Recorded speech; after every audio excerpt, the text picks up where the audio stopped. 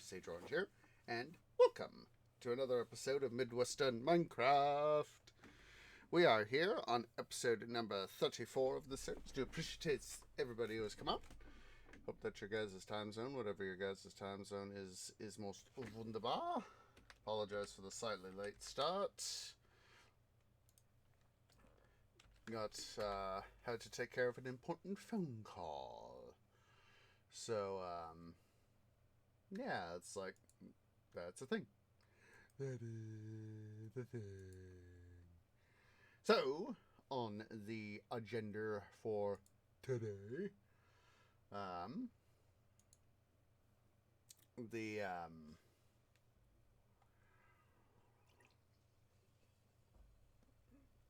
the thing we are going to do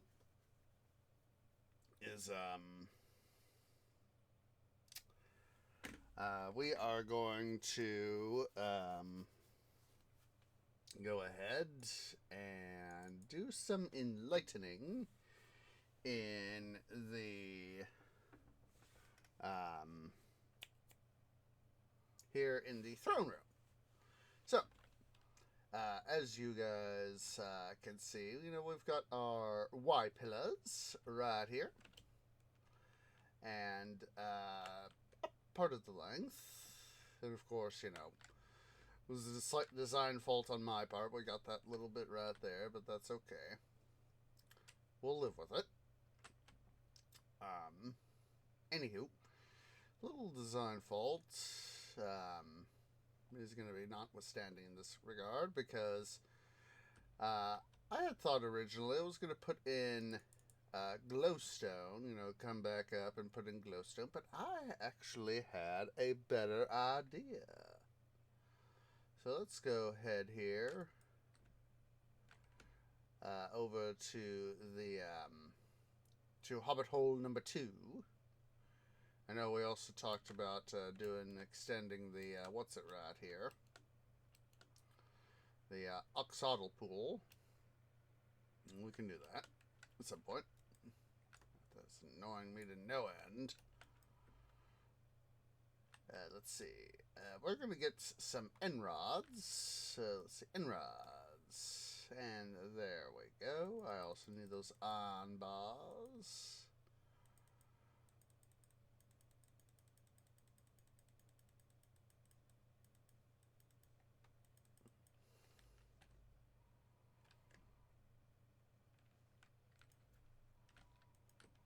Yeah.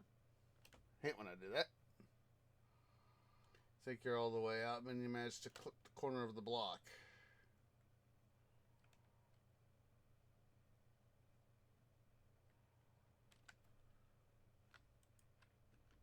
Let's take care of that stuff. Just gonna quickly check this stuff in there.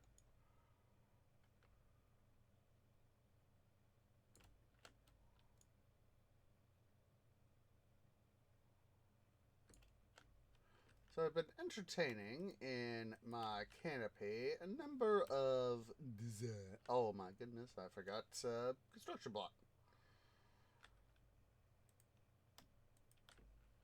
Let's go ahead and dum-dum-dum.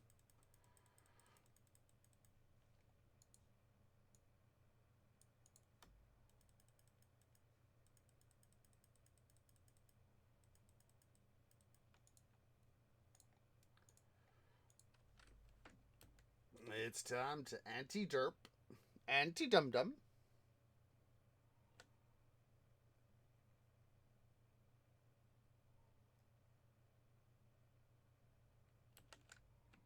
Meant to grab some dirt too, but did I?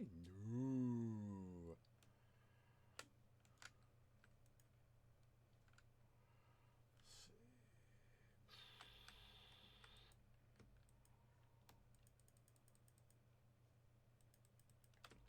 Four stacks ought to be enough.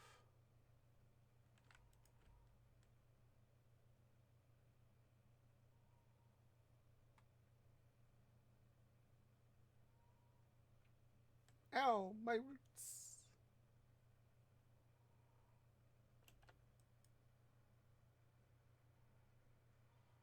Alright, so have a couple of designs floating around in my canopy. Let's see, I'm going to put up, except for these two guys right there.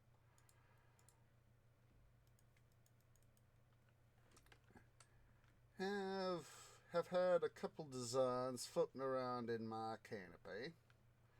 I'm going to sort of display right here. Both sort of rigged off the same design.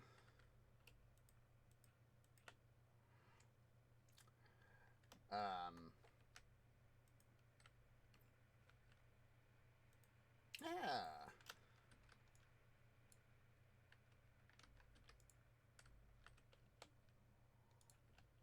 I want to lose that iron bar, not necessarily. So,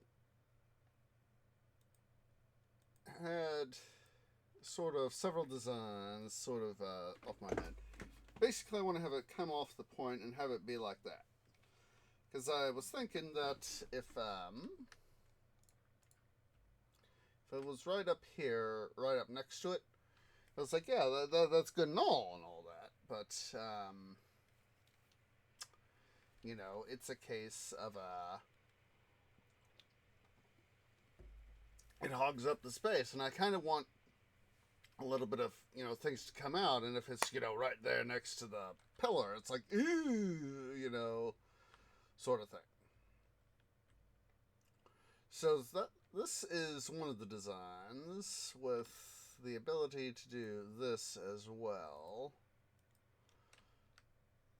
Now that I get a look at it like that, nah, I don't think the one doing that one necessarily is a good thing. We do them all around. So now what we'll do, go up slightly higher on this next one, because what I want to do is do a test. Do a quick little test.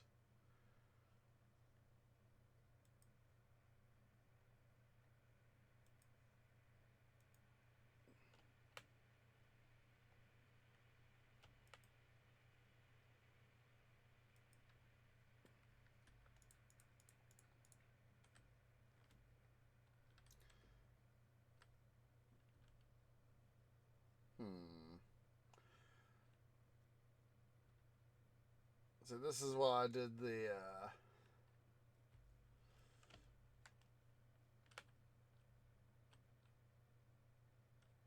this is why I did both at the same time.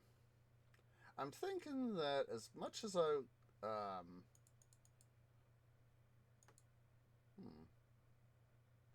it's interesting, my what's it, cursor there, let's see, settings, attack indicator. There we go, that's better. I was holding on to that for as long as I could, so.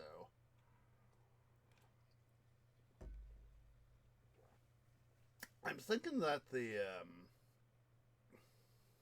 I was trying to decide which would look better, and this is one of those moments of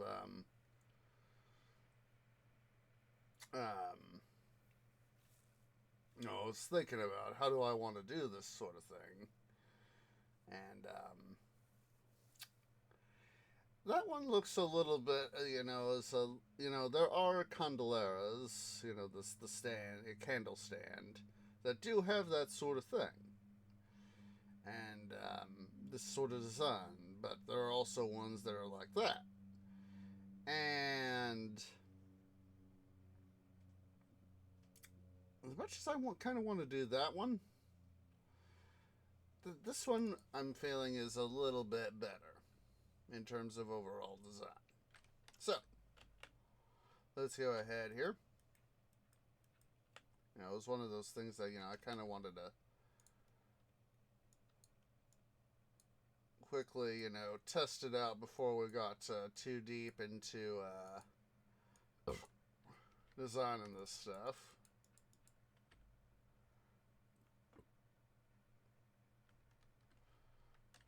And of course, like I said, had the alternate design of the ones on bottom, but that's not going to be a thing. The reason I was thinking of that, having, instead of putting up, yanking out the iron bars and using the end rods, is that as much as I want things to be, as much as part of me wants to have things be flush here on these pillars, I also had the thought of, oh, that is a good idea of having a little something come off. So, let's go ahead here. 1, 2, 3, 4, 5, 6, 7, 8.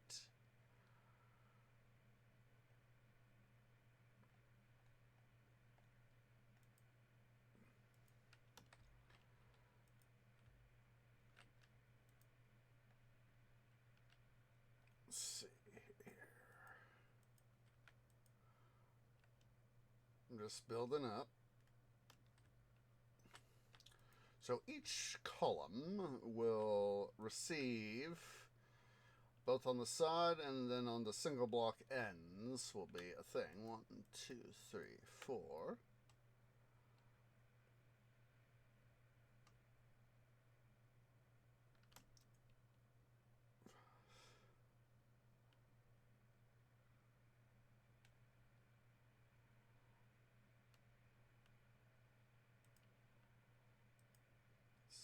Here, I want to take a look-see and see how a 5 and 6 look. I mean, 8 and 6 looks.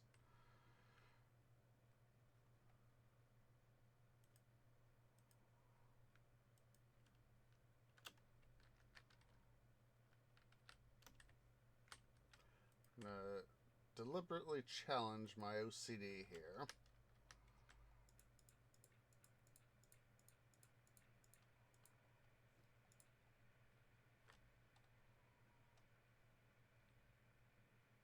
Thinking that we might actually pull that guy down 1 block, so we have a 7 gap. You see? This is why you take a look, see? But yeah.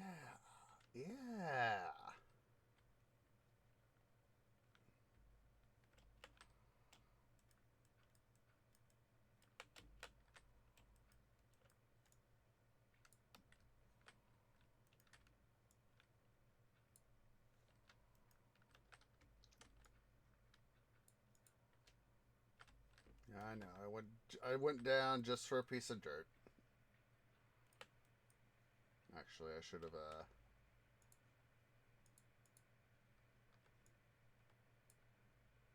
waited until I'd gotten this stuff torn out and then done that.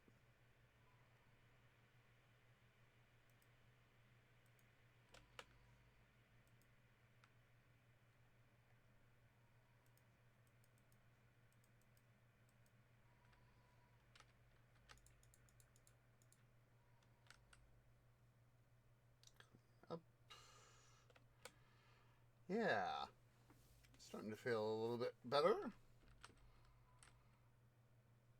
So what we'll do is we'll go ahead here and install around using the dirt blocks as albeit temporary scaffolding.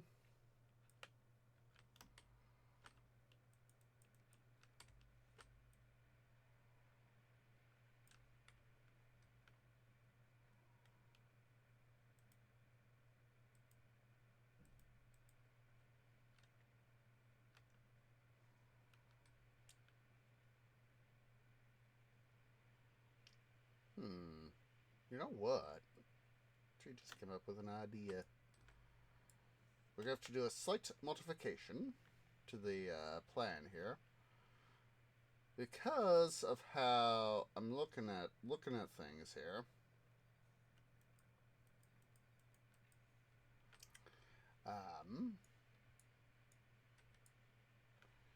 Looking at things here, thinking that if I make these guys flush, due in part to the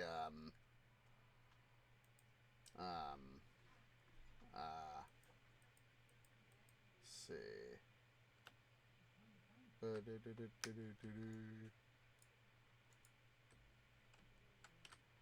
Yeah, that'll look a little bit better if it's flush. There's a slight differential. Part of my OCD is going to go haywire, but at the same time, because this guy's sort of sticking out, you know, having this guy sort of stick out can sort of serve as the block.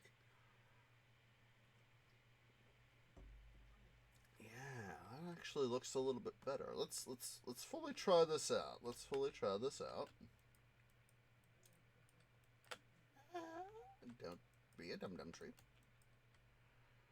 Yeah, I think this looks a little bit better like this. Let's see here. And we'll also save some iron bars as well.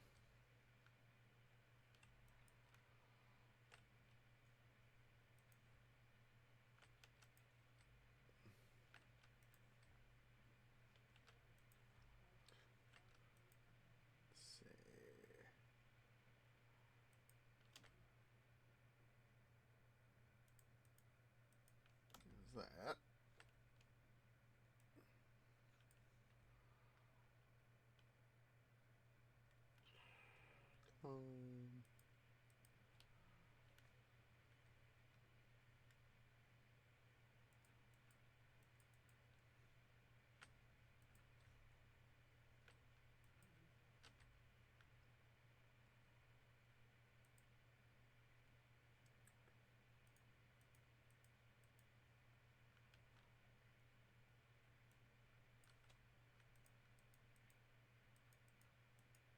Nope.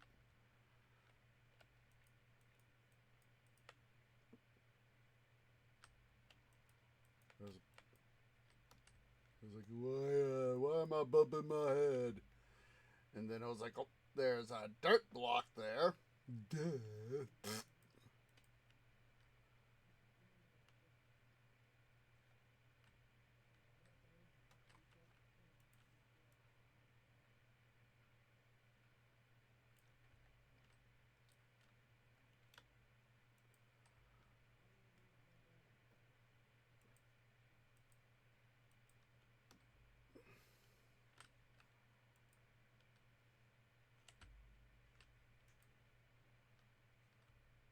Come on, tree, you could do this. In theory. In theory. Come on.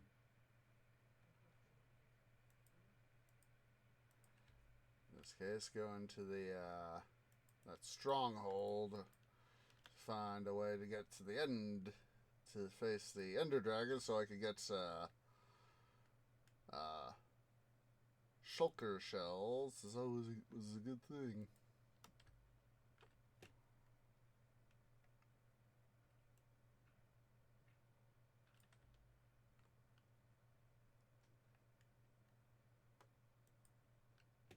Do that there. That way we could come in and there we go.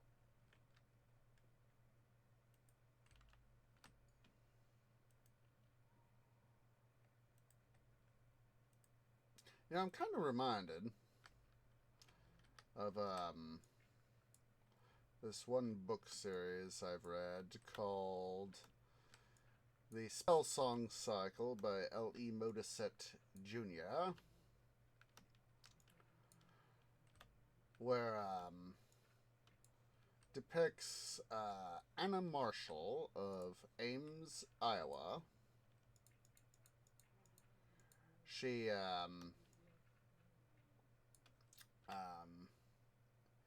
is a music instructor, specifically vocal instructor, at a small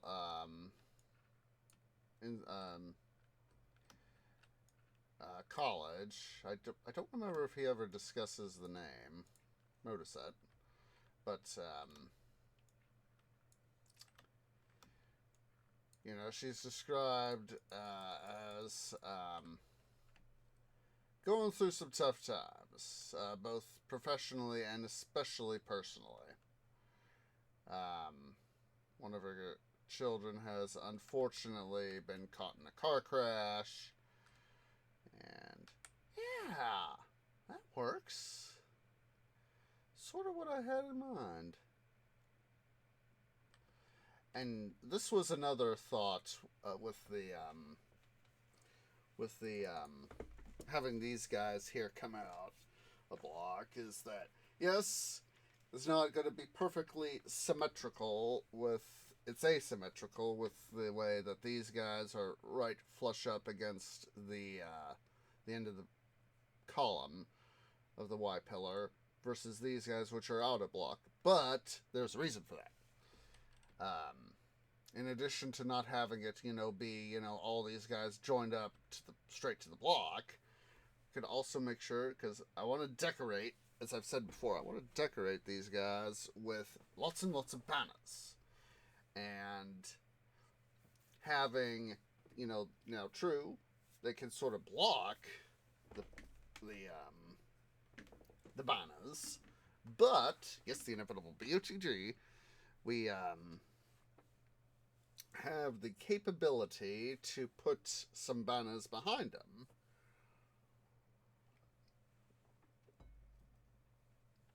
So that is a thing. And the particle effects on the end rods as well will add a little bit of stuff.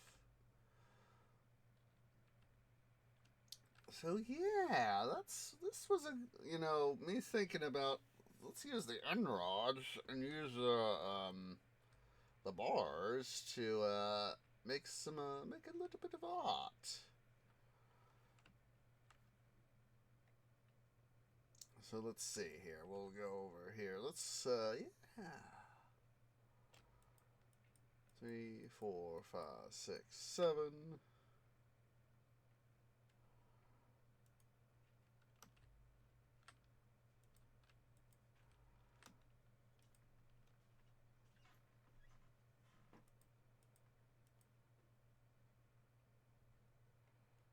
Let's go conduct a quick OCD test before I get too into this.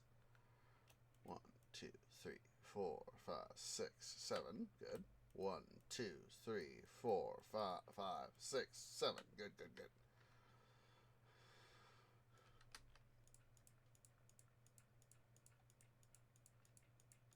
One of those moments where I was like, have I got my math right? I got my math right. So, but yeah, going back to a spell song cycle. 2, 3, 4, 5, 6, 7. And put those two there for marking. 1, 2, 3, 4, 6, 7.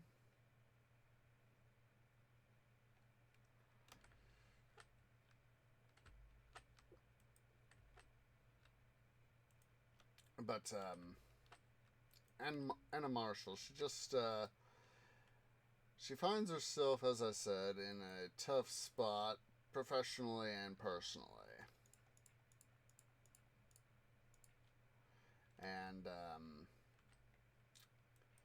like I said, she's having career challenges. Her oldest child was involved in a car crash. And it's just, she's essentially under a lot of stress, and she's a divorcee, and her ex-husband is sort of described as a jerk. He thinks that it's like, I know better than my wife, who knows how to teach people how to sing and all that sort of thing. And suffice to say, she, with all this stress, she's also got money woes too.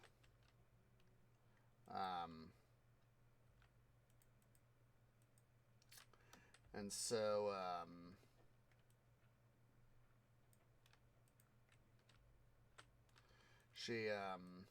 finds herself just, she actually said, I wish I wasn't here, sort of thing. And surprise, surprise, she suddenly finds herself teleported to the world of Erd, to the continent of Lidwa.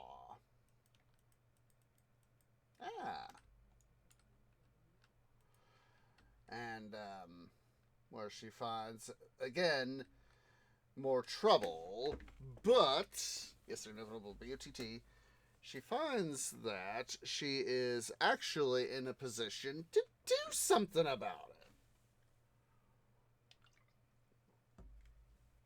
Rather than being stuck in Ames, Iowa, being in a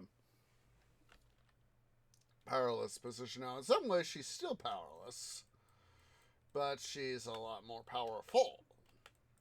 And of course, what's so unique about Erd is the country Anna finds herself in, Defolk, is it's under stress due to enemies without.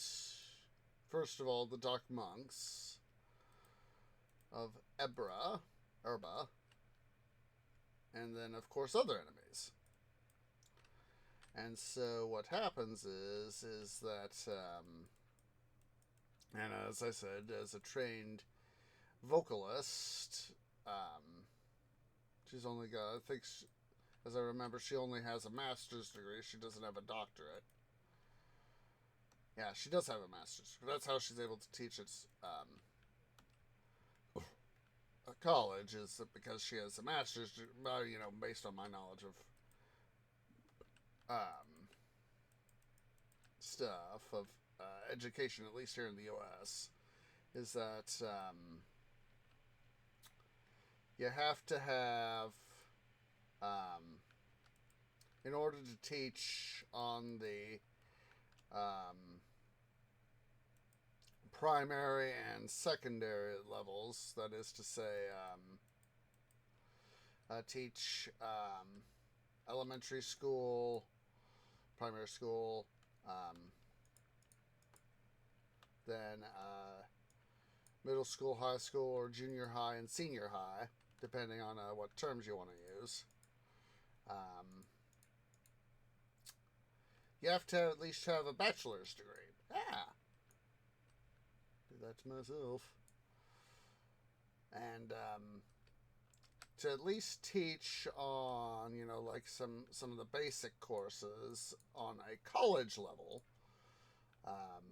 you have to have a master's degree.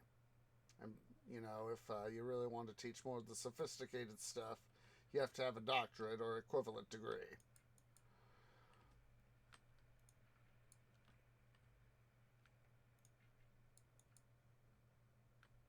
And it's always been, to my understanding, that, having been through education, some degree of education, it's learning that higher degree stuff can be quite difficult.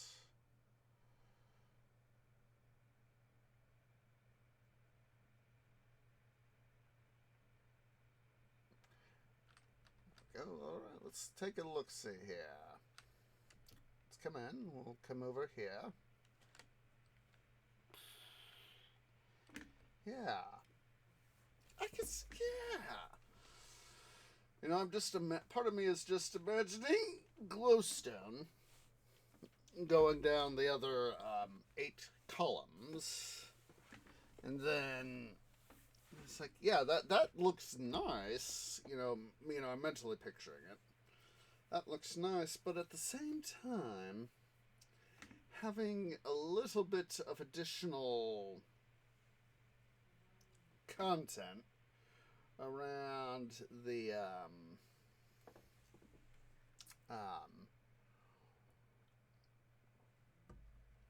columns. And like I said, I want to get, them decorated with banners and all that.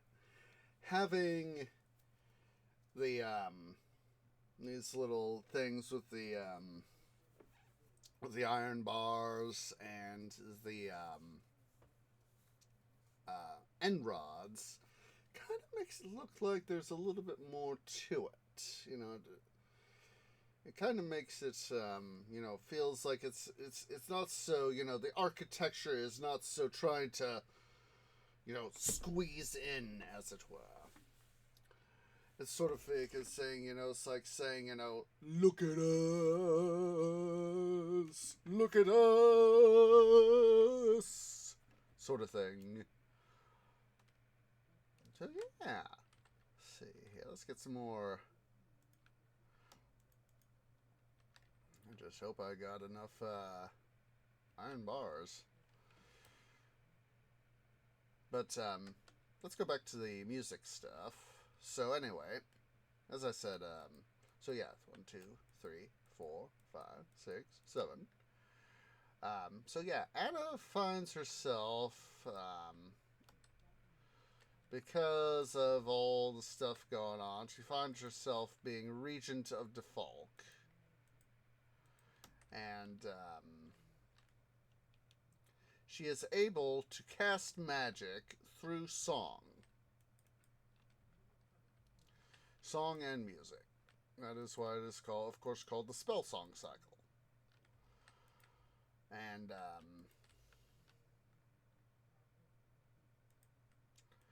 the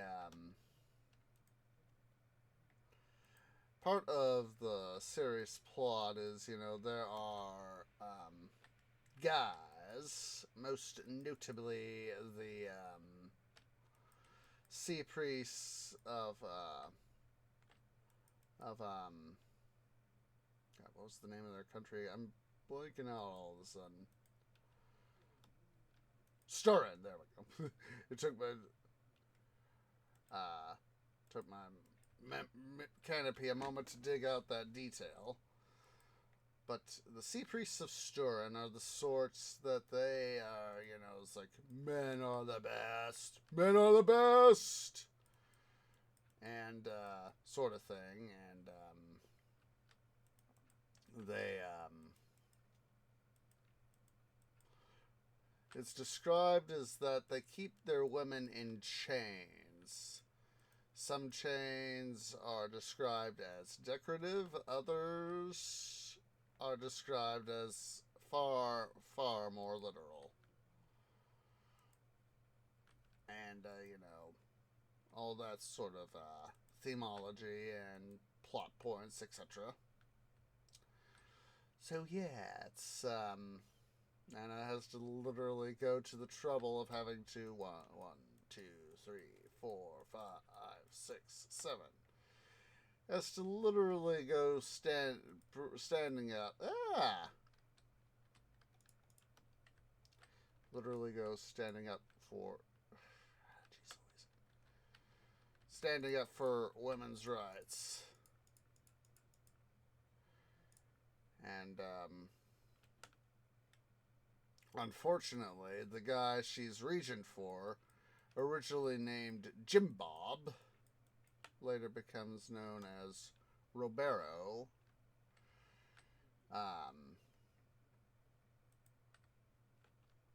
Because he felt that Jim Bob was too undignified.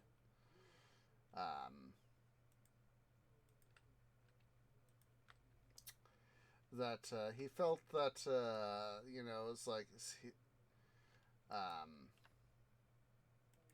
Anna and later Sekka, who is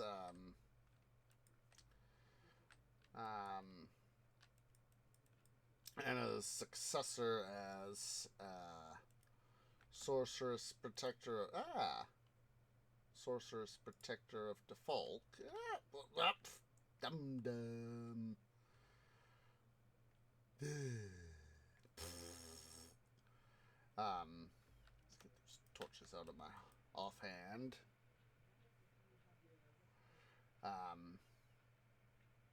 Roberto, gets influenced by the sea priests, thinking, Sturin, thinking, women are weak, men are powerful. It's that typical sort of BS that, it's, some people get blinded by thinking that things should be a particular way so that they can maintain power. And,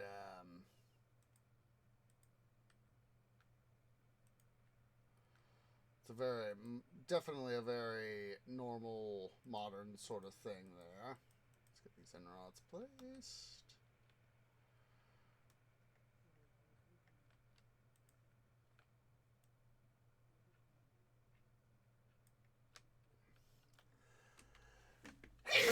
Oh, excuse me.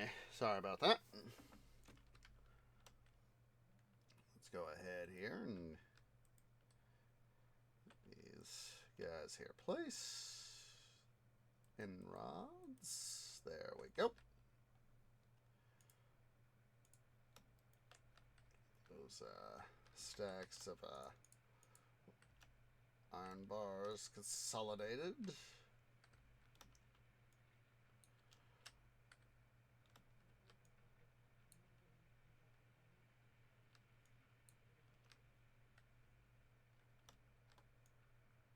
So yeah, it's a very interesting thing to, of course, have happen. Do that there.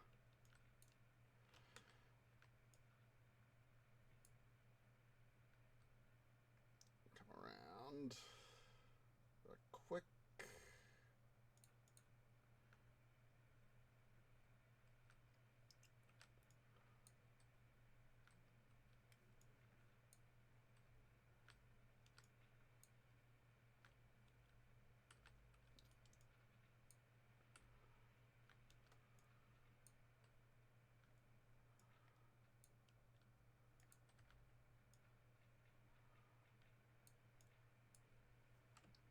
About a mess.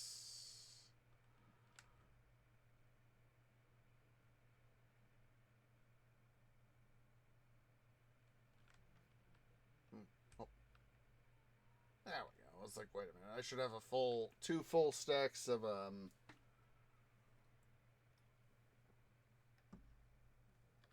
what's it there? It was like, wait, why don't I have two full stacks of dirt?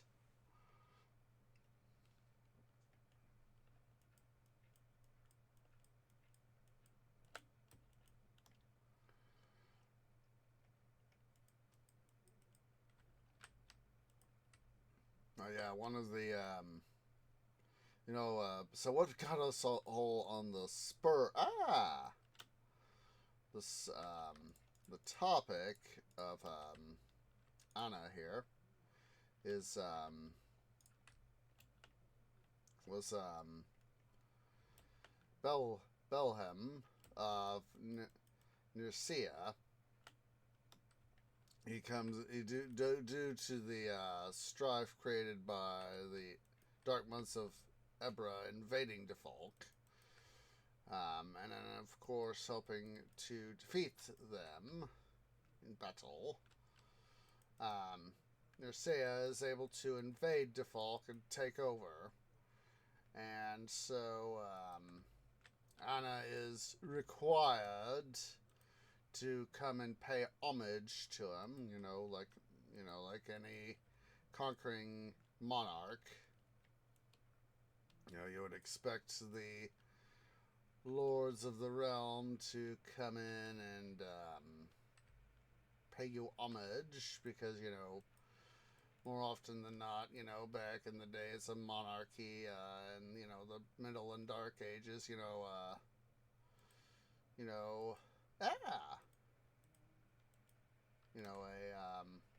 somebody coming over and taking over a country,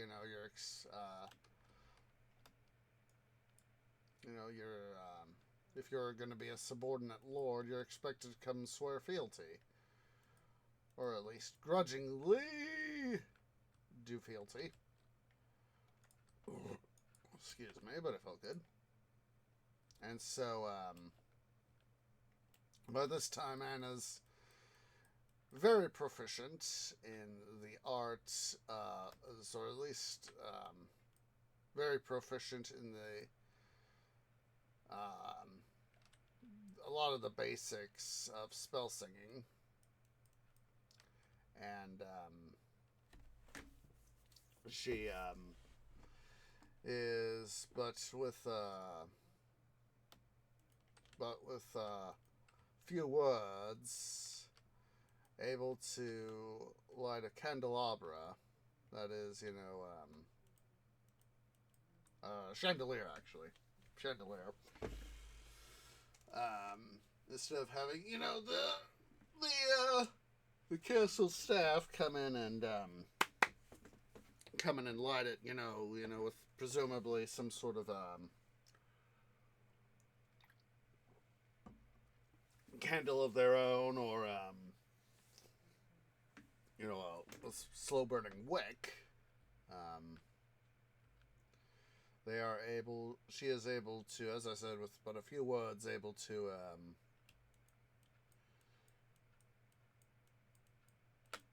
get the thing lit.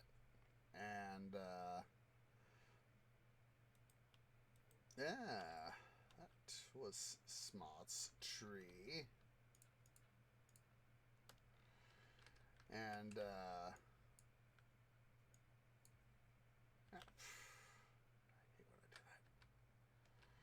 and Anna is quite literally able to impress the I forget her name, but Bellum's wife. She is able to thoroughly impress her. Anna's able to thoroughly impress her. But of course, she's the sort that, she schemes and plots and all that. And so Anna quite literally burns her to death later on. It's like the lyrics are like scheming lady, scheming wrong,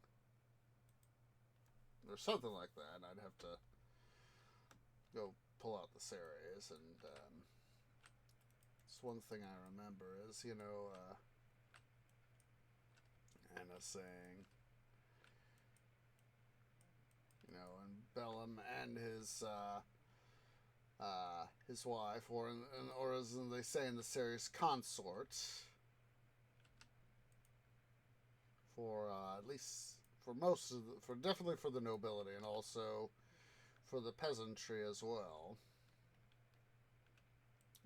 Use of the term consort is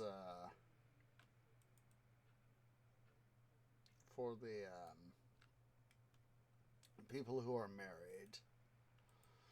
And Anna doesn't get remarried when she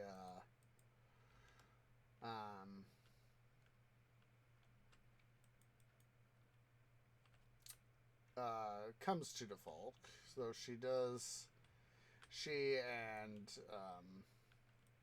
Jim Bob's grandsire, the Lord Jax, who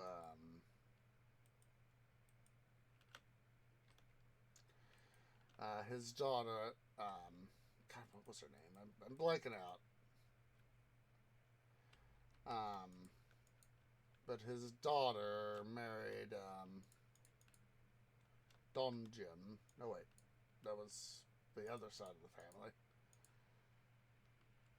God, I forget his name. The monarch of Default, Jim Bob's father, had seen use for Jack's daughter more than just providing him an heir, but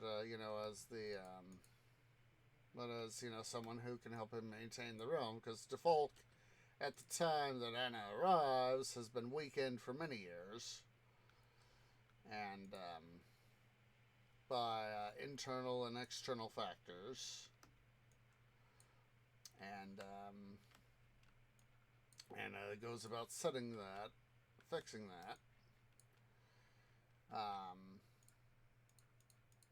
And ultimately, through her actions, and then, of course, later the actions of Sekka and her consort, Claren, the default becomes much more powerful. Yeah. That's looking sort of what I was mentally picturing it as.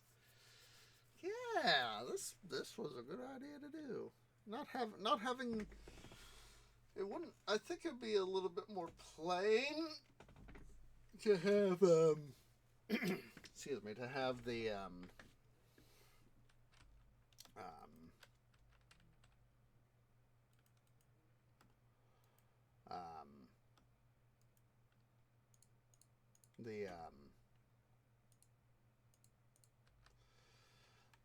the glowstone, especially we've got glowstone out the yazoo here in this room, and I was like, just thinking about it and mentally picturing stuff.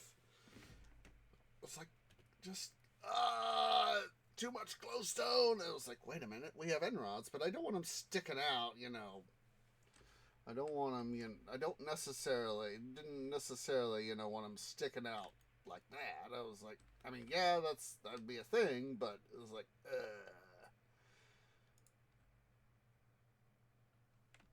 I wanted something different, and that's why I was thinking, it was like, go for something like this. I wanted something a little bit more unique.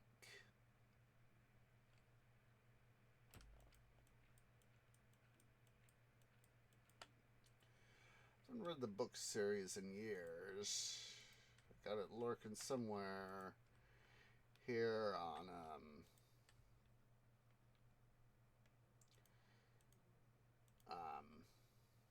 my bookshelf.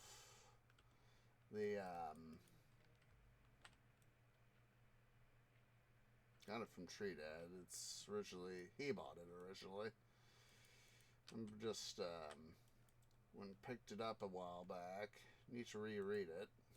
Is the Blending series by Sharon Green.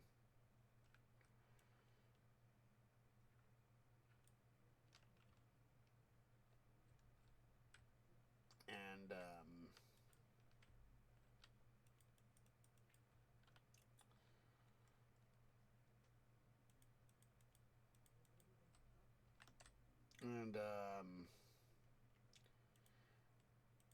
I forget the name of the country.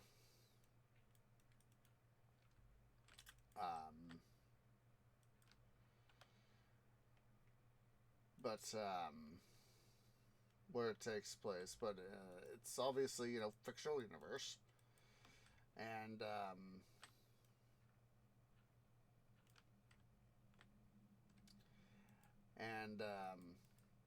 kind of like how Leadwar is, is a land where music can be used to do stuff.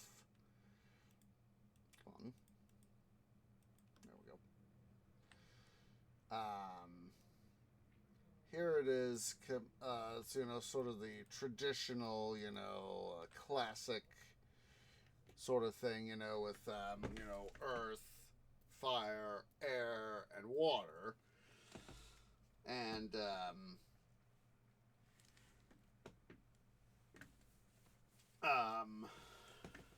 sort of thing, but also a new element, spirit. So we,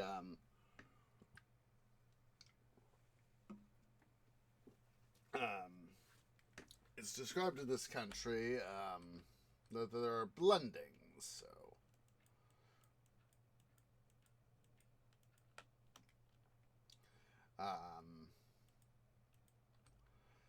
and that 5 individuals, one person per each aspect, earth, water, fire, air, and spirit, must come together. It was found that there would be sort of, depending on personality and element, that one person of the 4 could try to dominate the other 3. So,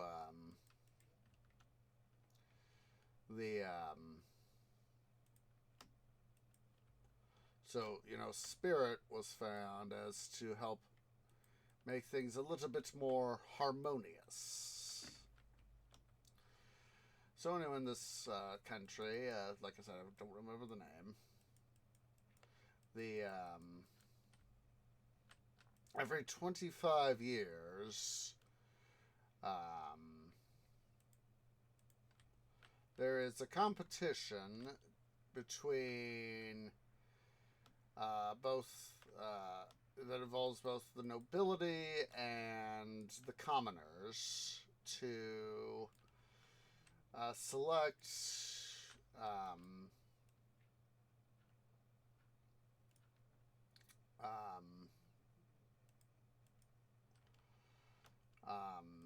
the new ruling blending, which will, once the winner is selected,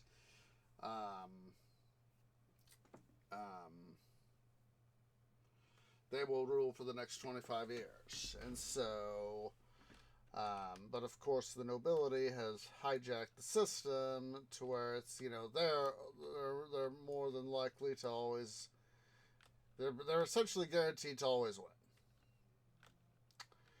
And so it's been like 300 years or something like that since the country had come together. And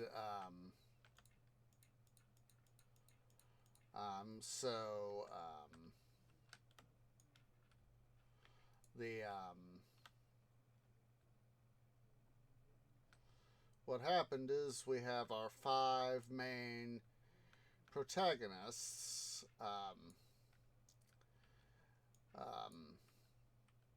Tamrissa, or Tema, of fire.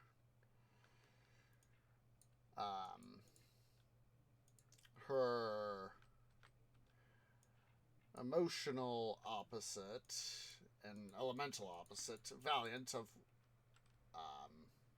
water. They literally are a number of times at each other's throats. So the times they are lovey-dovey sort of thing. And then there's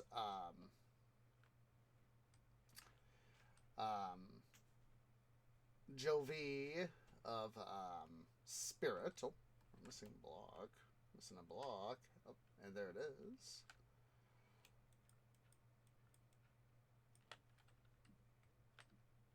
And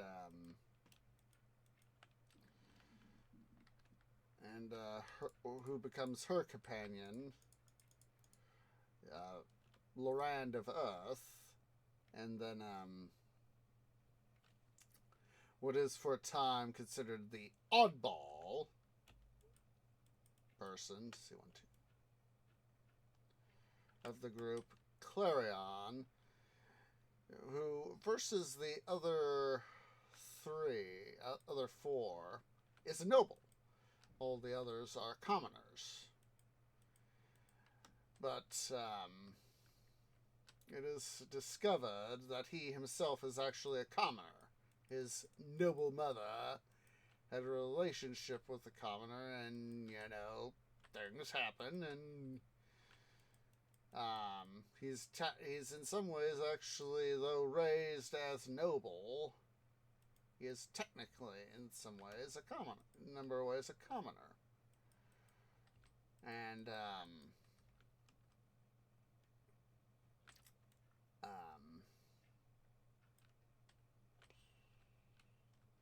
so what happens is that they come together to form one of the, I think it's like 5 teams, 5 teams of blendings. And they have to combine their elemental, the way the blending works, and like I said, I haven't read the series in years, but from what I remember is that they, each person has command over their specific element. So, Valiant can deal with the water in the air, not just merely, say the water in a pond or in a water in in a bowl. he can pull the water literally, the water vapor literally out of the air. Clarion can, move the air around, the around him, even the air that say is in your lungs, Lorraine, basically, you can, whatever your elemental use is, you can affect the change of it, of that particular element. And so, they have to learn how to be, through Jovi, they have to learn how to, become a harmonious, essentially become a harmonious whole, and they form an entity. And,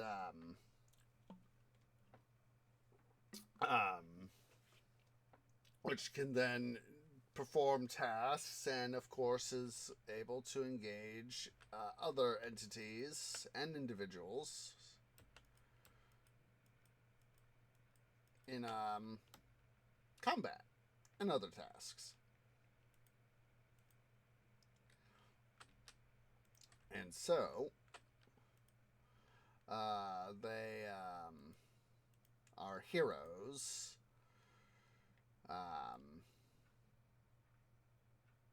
Literally have to, go through the competitions, and one of the noble blendings decides, against even their managers, against the rest of the systems, like, we're gonna seize power for ourselves. Despite the fact that the other nobles have already chosen the winning team. And so there's chaos, mayhem, and bedlam and all that. And,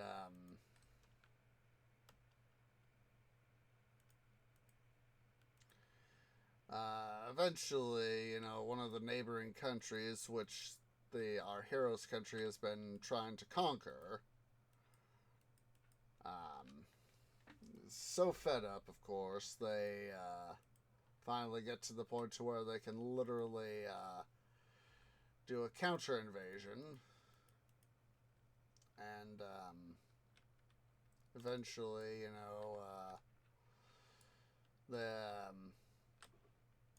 our 5 heroes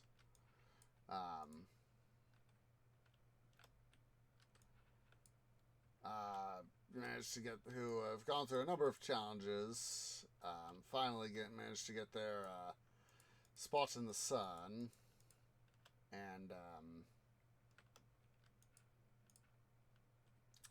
they are able to not only reclaim their place, because they actually won the competition versus their competitors, the bad noble blending, but also are able to reestablish peace with the invaders, the counter invaders, that is.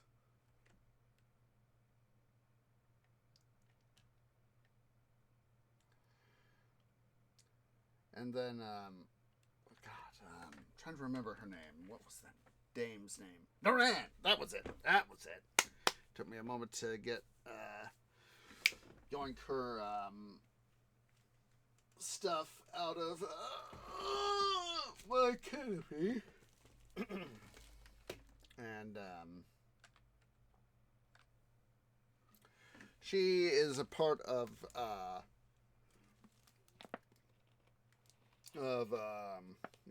quote-unquote hidden group that actually has the 6th magic called sight magic. Basically, it is very much, she is able to very much foretell the future. And so she becomes the companion to Rion and Clarion, or Rion as Jovi later dubs him. And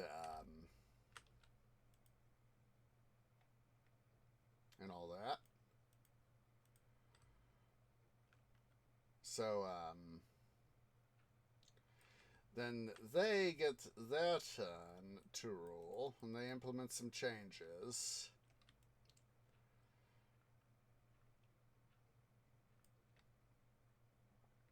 To the system to help make sure that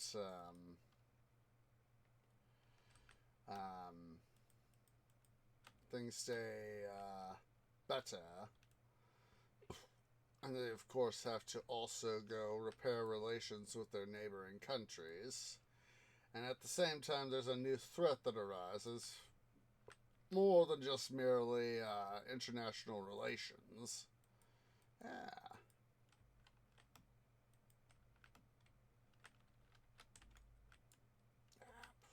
That's a stupid thing. I was hoping I was close enough to have the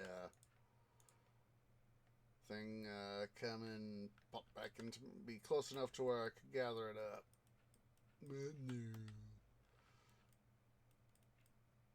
So yeah, they literally have to repair international relations as well as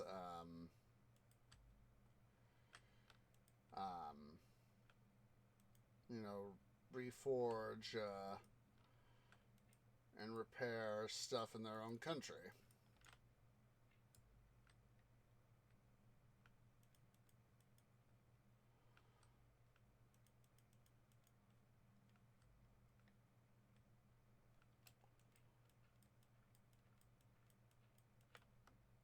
All right.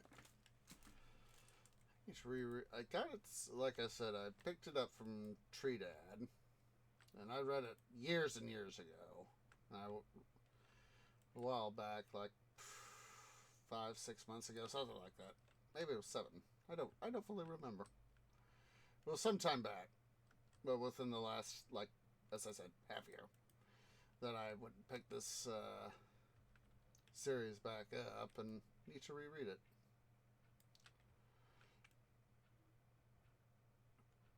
Get you guys a couple links here.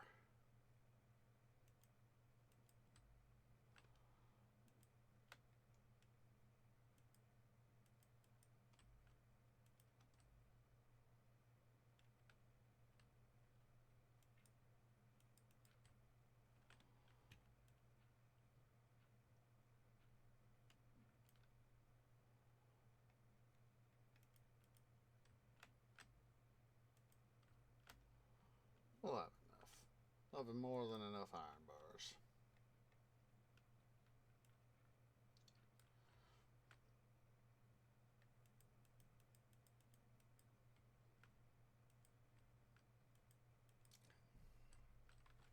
Let's see, let me get you guys those links before I forget.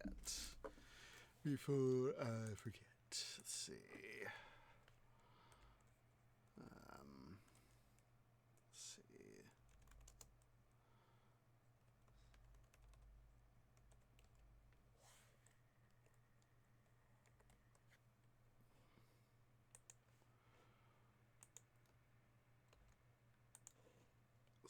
There is the link to the spell song cycle on Wikipedia. Let's see. I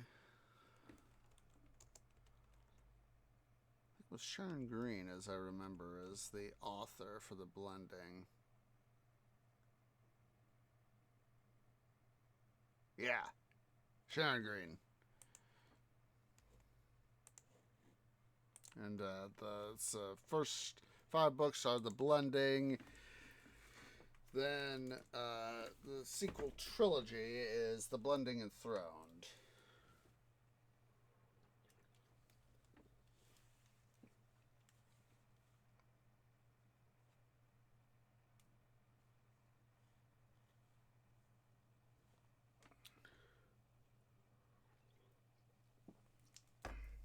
Don't know. Let's see.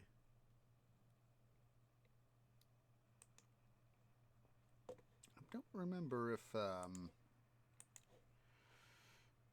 see. Oh, Sharon Green passed away almost 2 years ago now. She would have been back in 2022. She would have been 80 years old. Had she was born July 6, 1942. Had she lived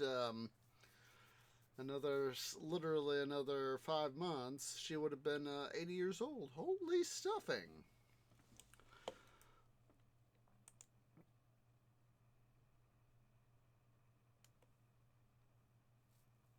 Let's see here. I want to check Barnes and Noble. Barnes and Noble. I've been, like I said, I try to get the stuff on ebook whenever I can. I have found that ebook stuff is a good thing, so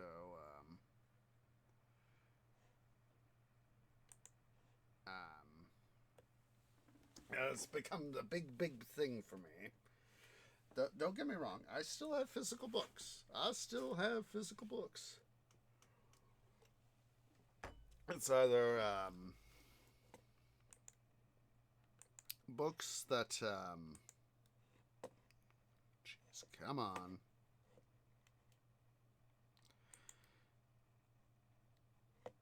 It's either books that I either haven't found a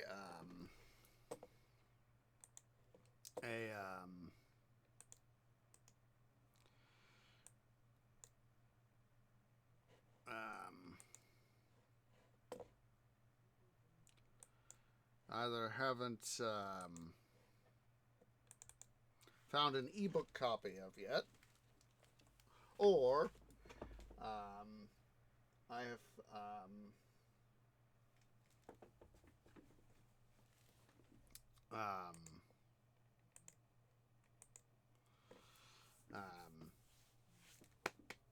have sentimental reason for holding on to, i.e.,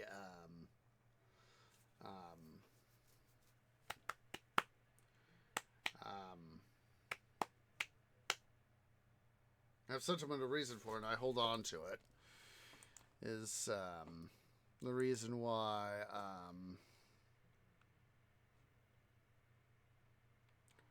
hold on to stuff.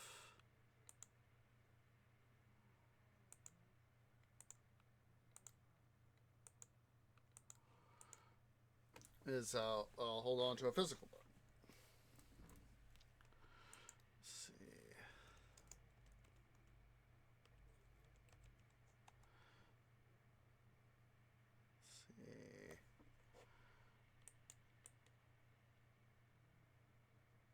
Okay. Let's see.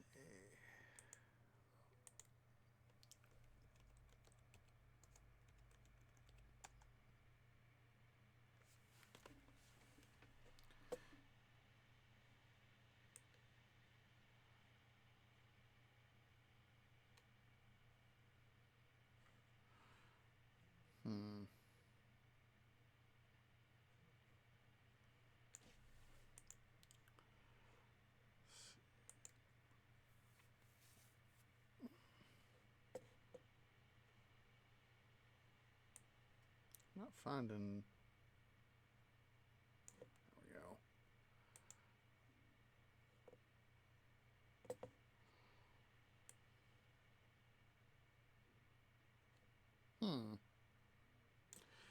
Let's see.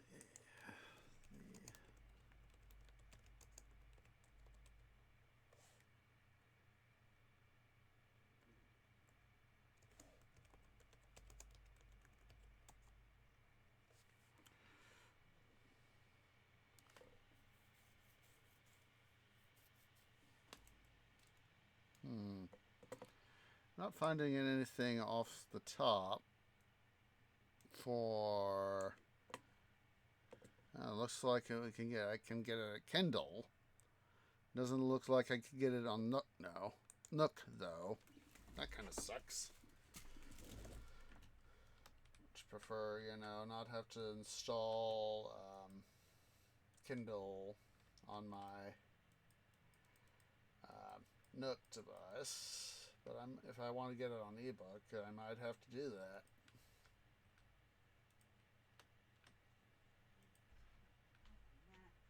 see here.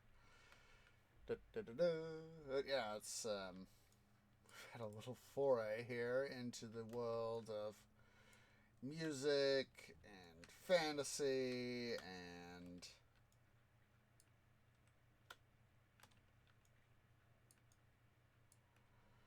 all that wonderful stuff.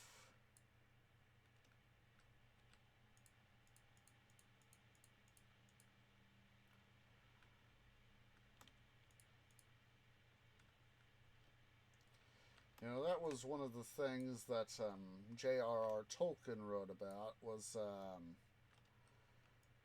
you know, he abhorred industry and massive industrialization.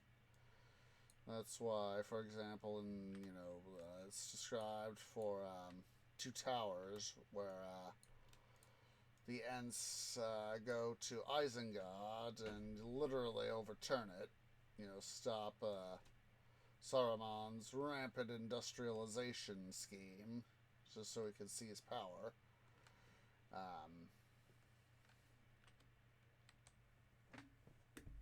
And all that. I think we'll just barely able to make it by on the bars. We've got 2, 3, 4, 5, 6, 7.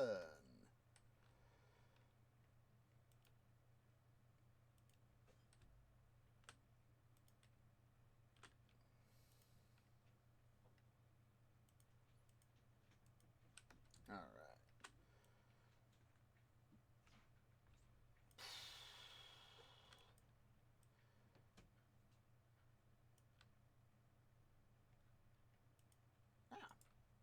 Nope.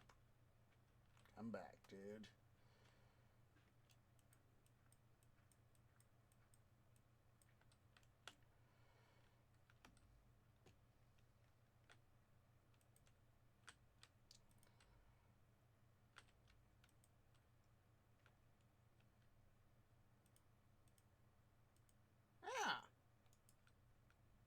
This time I was able to pick it up without having to go back down. Yay!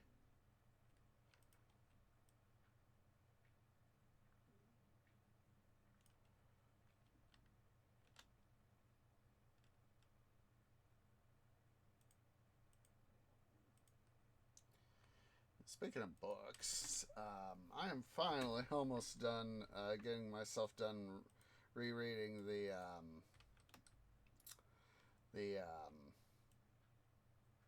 Harry Turtledove's Southern Victory series. Basically, it's alternate history where the USA fails to win the Civil War. The CSA, Confederate States of America, manages to successfully secede, and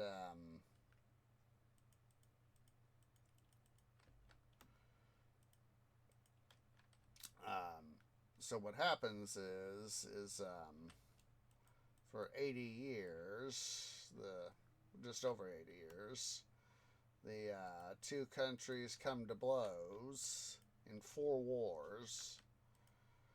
Of course, that's not quite a war every 20 years, but it's approximately every 20 years that they come to war. So, 1861-62 is the War of Secession. Then 1881-82 is the Second Mexican War, a bit of a misnomer. So, and that's over CSA getting new territory and all that. Just a guess.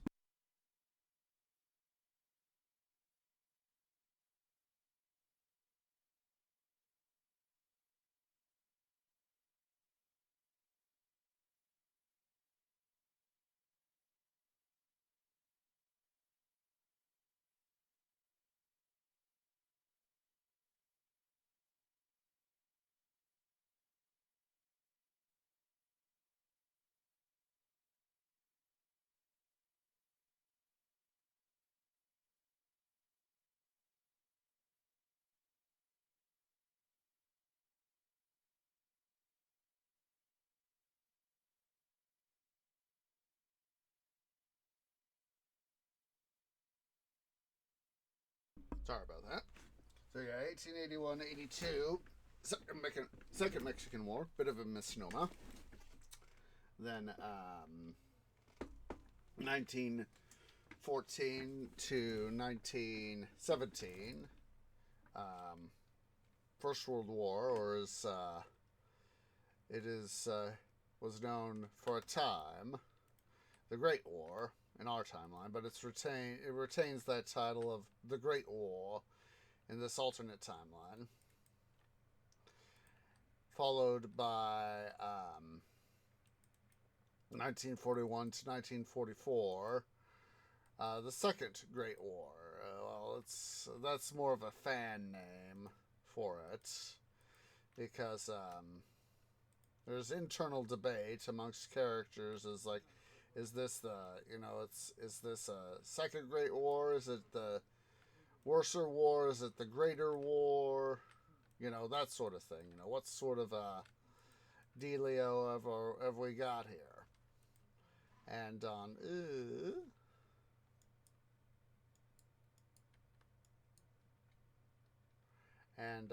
for the Harry Turtledove Wiki, the admins have, and that's another thing, is that they also call some of the characters the Second Great War, maybe.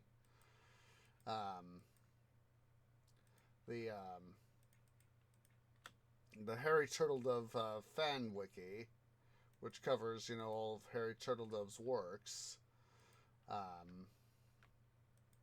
they have elected to say, hey, we're going to say,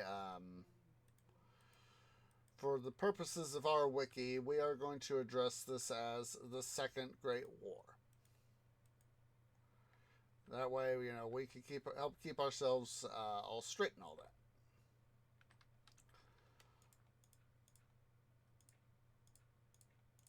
So, that for me, is a little bit of a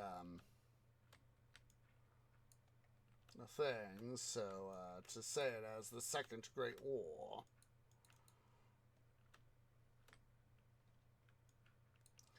And even nukes are developed, although they aren't called, atomic bombs. They are called super bombs.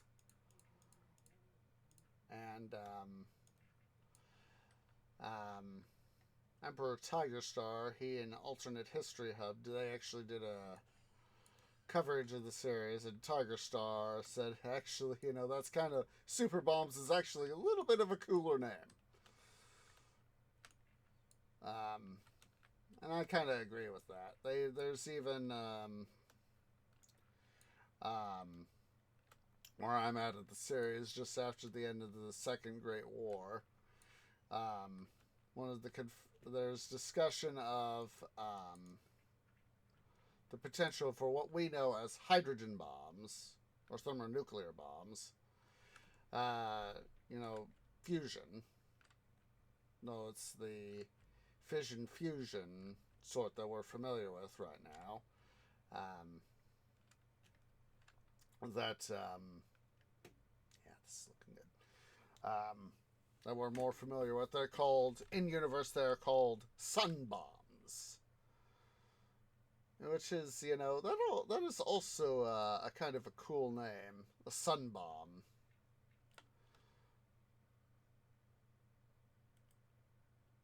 I can kind of see why, from an artistic sort of point of view, I could see why Turtledove decided to not use the term atomic or nuclear to help avoid some of the negative connotations. Although, of course, there's it's like so like 7 super bombings that happen in this alternate world. Even I remember in the review that thing that Emperor Tigerstar in Alternate History Hub did, in Tigerstar's words, he went and said, "Guys, nukes aren't toys." it's described as part of the whole thing is that the USA joined because of the CSA splitting off from the USA. CSA becomes allied with the UK and Britain, the UK and France. Don't know why I essentially said UK twice.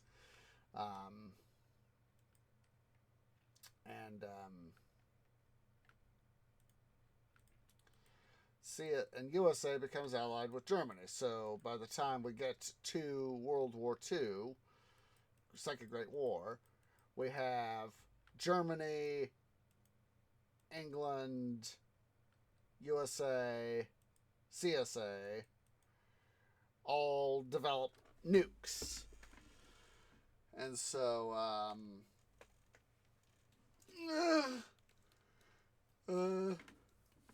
let's see, it's like, I know that Britain gets nuked like 3 times. There's a thing in Germany that's twice. One thing in Russia, then in the U.S., and then here in the States, it's like there's like Charleston and Newport News get nuked, and Philadelphia gets nuked. So, there's like 9 bombs. That's why Tiger Star, obviously went and said, "Guys, nukes aren't toys."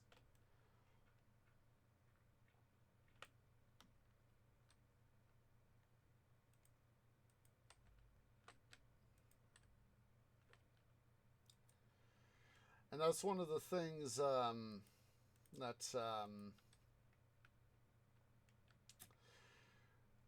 the fallout from that, it's described by Turtle Dove. They say this. He says that it's a poison.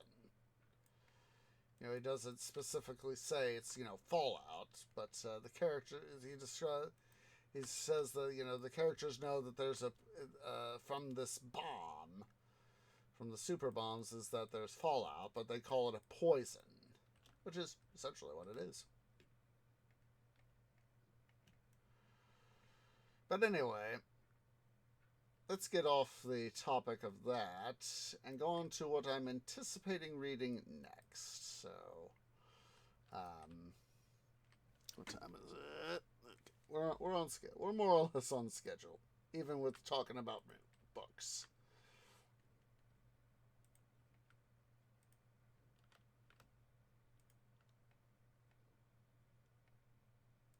Ah.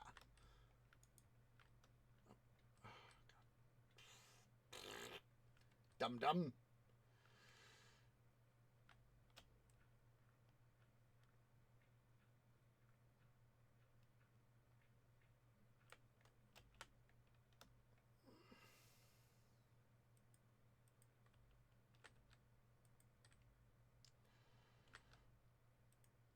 So anyway, going back to what I was trying to say,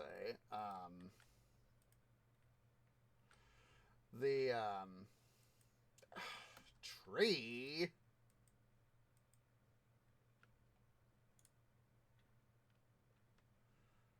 Where you go, son?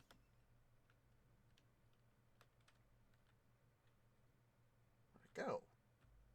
Enrod, come home. Enrod, come back. You need to come to me.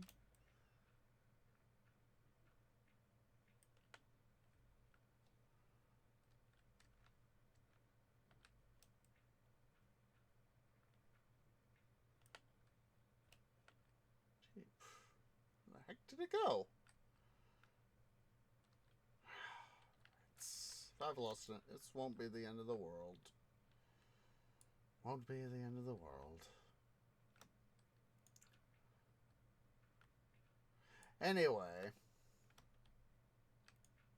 decided to take a break from reading a lot of alternate history of late in my reading endeavors. So, excuse me, I'm taking a little bit of a break from the from reading alternate history. And when I went a while back, when I went to visit Creative Aunt, where she lives, they've got several bookstores, small time bookstores, owned by locally owned businesses, of course. And I just went and looked up some locally owned businesses, and for bookstores and all that, and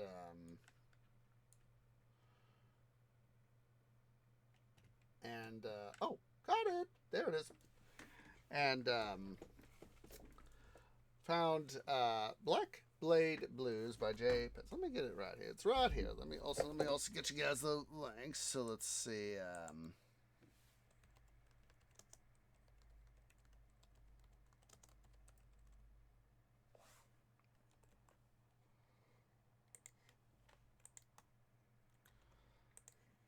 Give you guys that link. There's Southern Victory.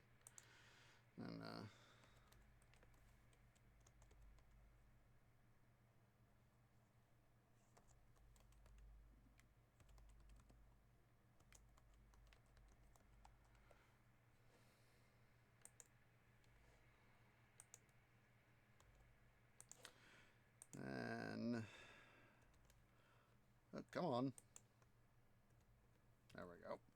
There's the link on Goodreads. The Sarah Bohall series. Come over here to the bookshelf. So, the first in the series is called, I went to this local for Creative Aunt, for this, for her at least, this would be a local, locally owned bookstore. I was just, went to explore town. She had to go to work, and when I went to visit her back in 2022, and I said to, she said, I got to go to work today, but it's, I know you came down to visit and all that. I was like, that is okay, because, you've got, your town here where you live. I was like, I normally just, go through part of town, but I haven't had a chance to explore it. And so she was like, okay, if you want to explore town, go explore. It's like, and I was like, yeah, I want to explore. So, it's something for me to do. I can come visit you at work, and then I can go explore town. Do some stuff. So anyway, the first novel in the series is Black Blade Blues by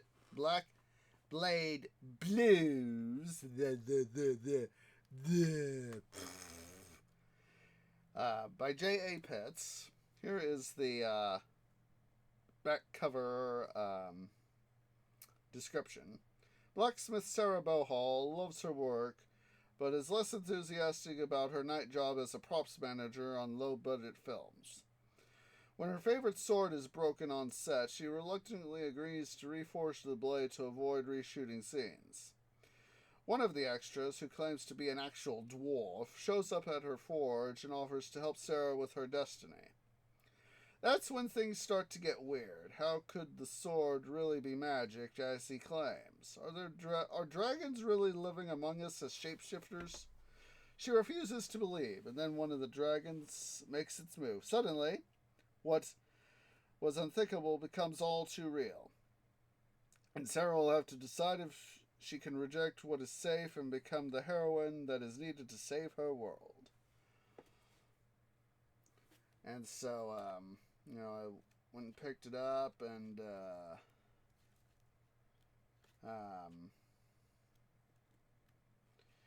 started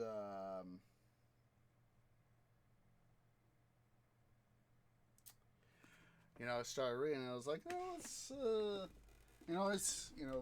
read through a few pages, and it's like, oh, let's at least pick this up and at least, you know, purchase it, support a local business for Creative Ants Town, and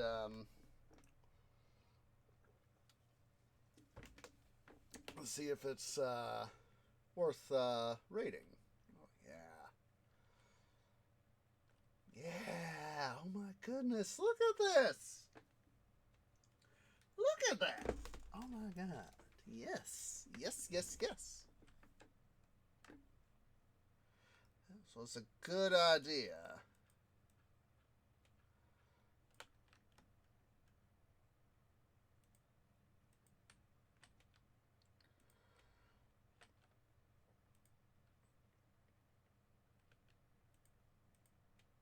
Ah.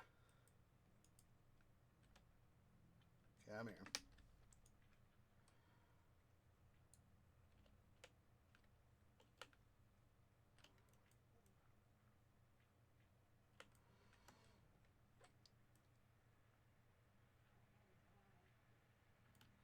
So yeah, it's that is going to be the next book on and it's part of a series. So it's I figured, you know, I was like, let's just check it out, and then I later found out, oh, it's part of a book series, huh?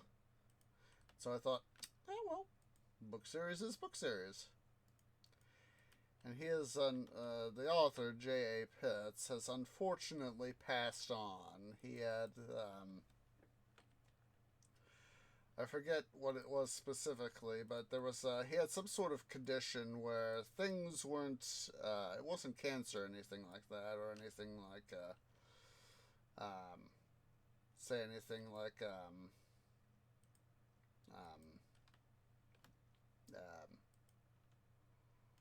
got high blood pressure or anything like that. It was some weird condition where things weren't working right, and he unfortunately passed on. So there are only 5 books in the series. I think, from what I remember researching, researching of late,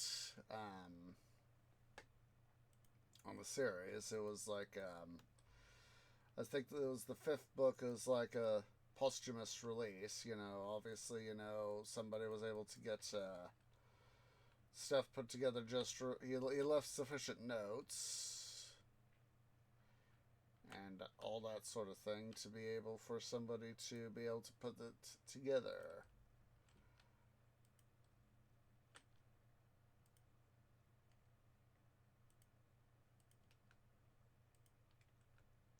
Yeah.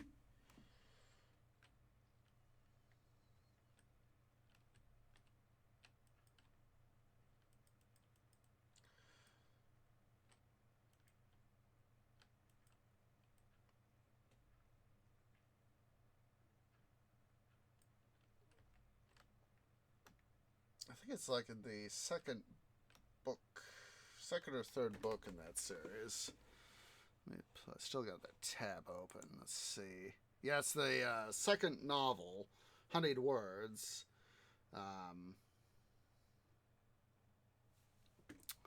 That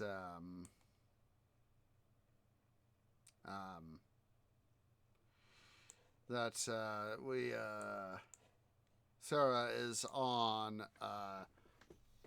You know, she's on a motorbike, and she's got her sword in one hand, hand on the left sword in her left hand, right hand on the bike controls, and you know, it's like, you know, she is on the move. She is on the move.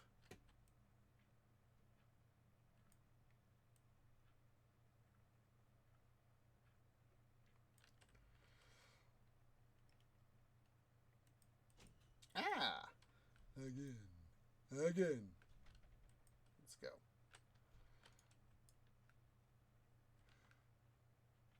Yep.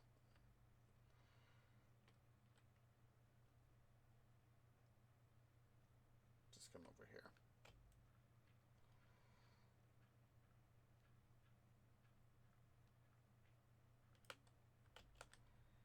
But yeah, I was like, oh, this sounds kind of interesting. So let's even if I only read the series once, you know, it could be worth reading, you know.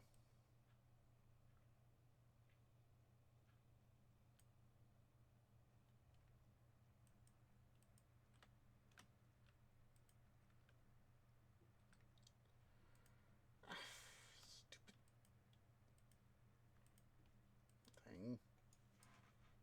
Good, good. Pick you up. Don't have to worry about that. Huzzah.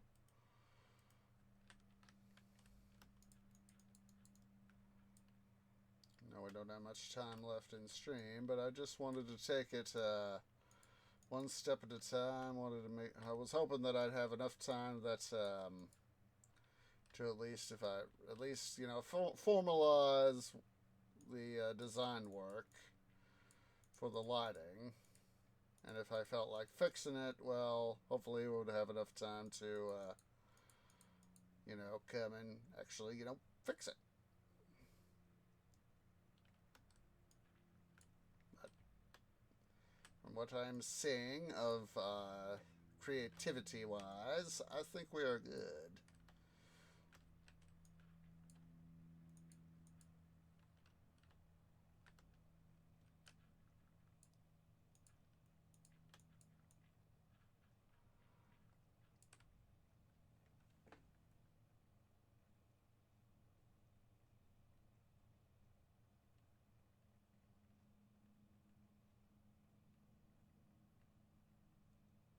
There we go.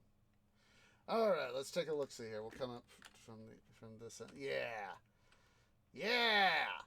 That does look so much better than having mere glowstone. Be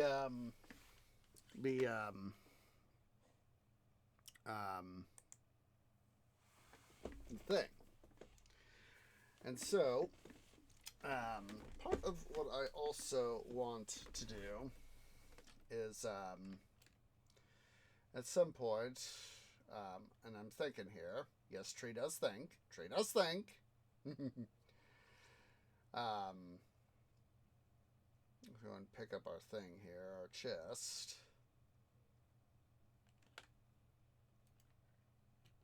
We didn't have to worry. Just barely managed to make things work.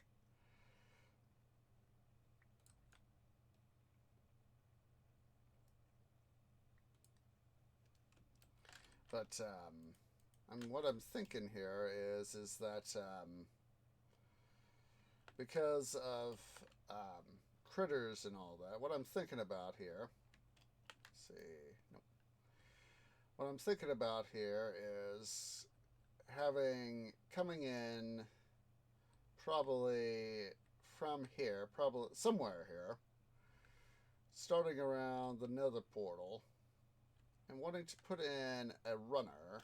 We're not going to do it over here because, you know, these are the stables, and, you know, obviously, you know, horses and camels would, you know, kind of, you know, spoil the rugging and all that. But start from probably, you know, have something, you know, come up, you know, have it come around here, both sides, and then have it not be all the way, but have it, you know, start from the nether portal and have it run up the center. Run up the center here. And then, you know, like have, you know, little guys go around. Maybe, you know, like on this guy, have it come around, and then on this side too, you know, have it come around. And then, you know, have little guys come up the sides as well. That would be a nice little thing. Let's see, room access. Nook. I might do that next episode is come in and design a small, like I said, I know I said, let's see, didn't I say that over here? Put that over here.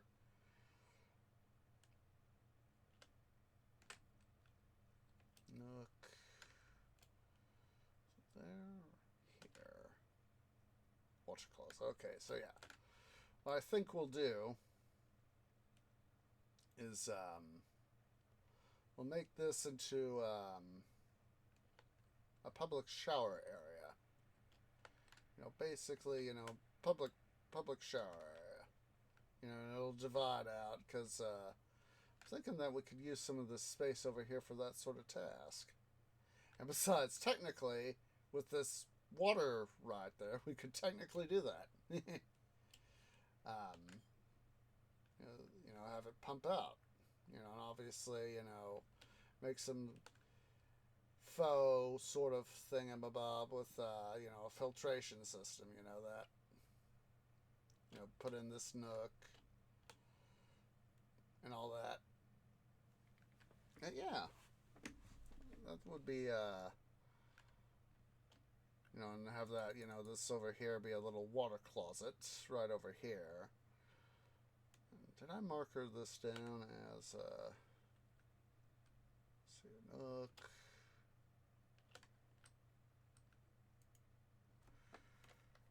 Let's make sure. I want to put this as sugarcane farm.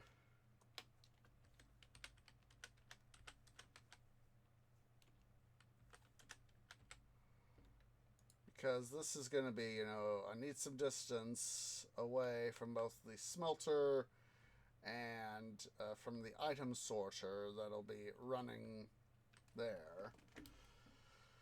So, yeah, this is wunderbar. Wunderbar!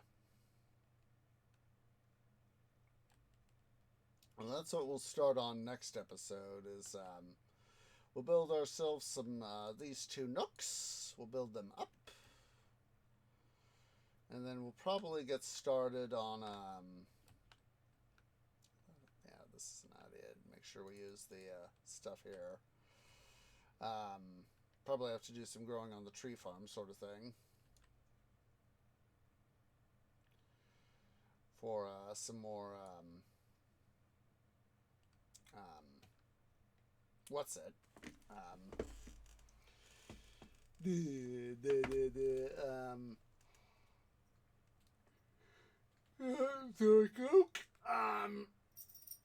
What's it? Cedar, what's it?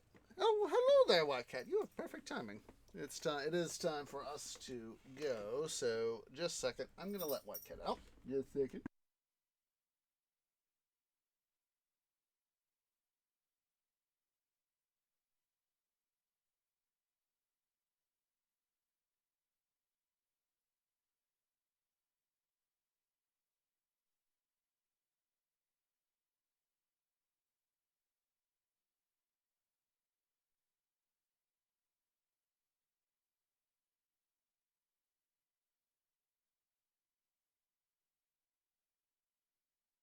Alright, so yeah, I do appreciate everybody who has come out. It is, of course, raid time, so go ahead and get out of that, out of this. Let me see who is live.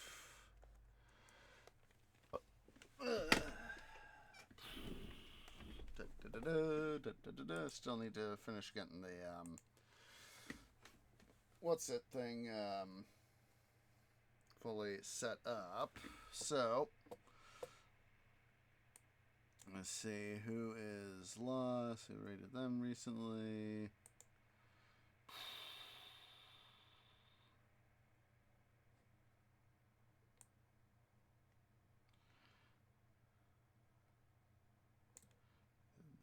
Them recently. Let's go say, let me make sure they're live. I think I found someone to go say hi to. Just a second, White Cat, I'll let you back in. Alright. I found for us our raid target.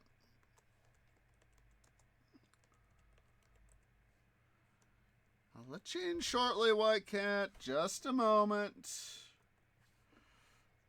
We're going to go say hi to Rhino Man over at twitch.tv/Rhino Man. So go ahead and select The Tree Grove has arrived to bring you Shade and Waters, our standard raid call. Please wait for me to post first.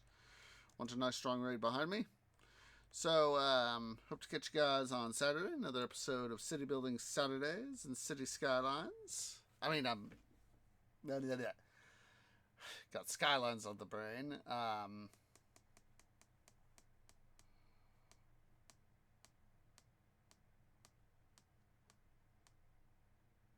Emperor Rises of the Middle Kingdom. There we go. Sunday, another episode of Titan Quest: The Loot Grind, and then of course next week some more some more Midwestern Minecraft. So let's go ahead and get this raid party started. As appreciates everybody who's come out, and I hope to catch y'all in the next episode. Ta-ta for now.